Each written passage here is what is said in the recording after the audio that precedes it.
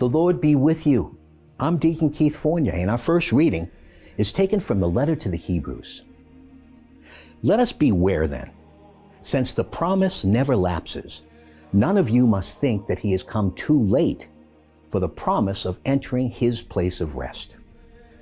We received the gospel exactly as they did, but hearing the message did them no good because they did not share the faith of those who did listen.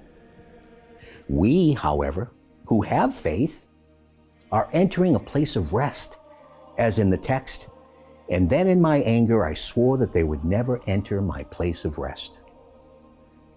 Now God's work was all finished at the beginning of the world.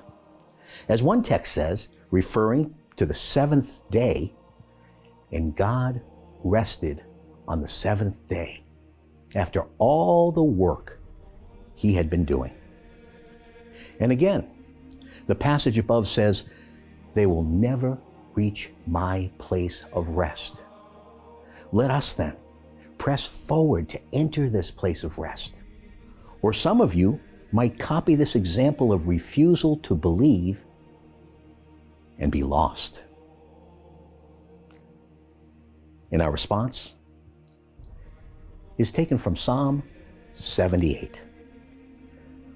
What we have heard and know, what our ancestors have told us, we shall not conceal from their descendants, but will tell to a generation still to come.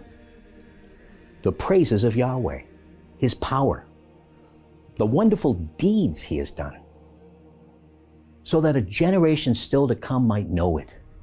Children yet to be born. They should be sure to tell their own children and should put their trust in God, never forgetting God's great deeds, always keeping his commands, and not like their ancestors, be a stubborn and rebellious generation, a generation weak of purpose, their spirit fickle toward God. And a reading from the Holy Gospel, according to St. Mark. When Jesus returned to Capernaum sometime later, word went round that he was in the house. And so many people collected that there was no room left, even in front of the door.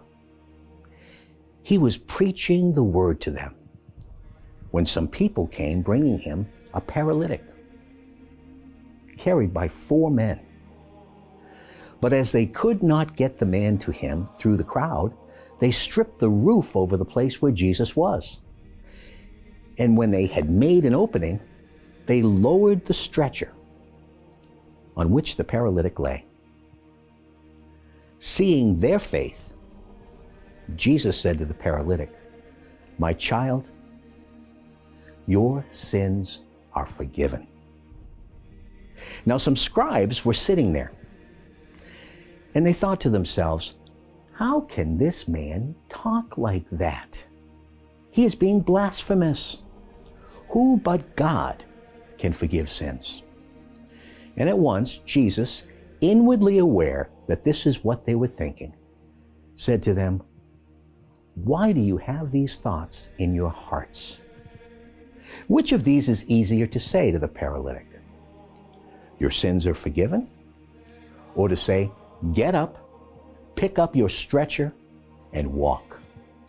But to prove to you that the Son of Man has authority to forgive sins on earth," he said to the paralytic, "I order you, get up, pick up your stretcher, and go off home."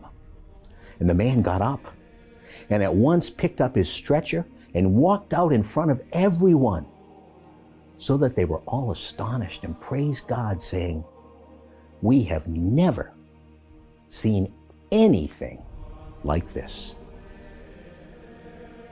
The Gospel of the Lord.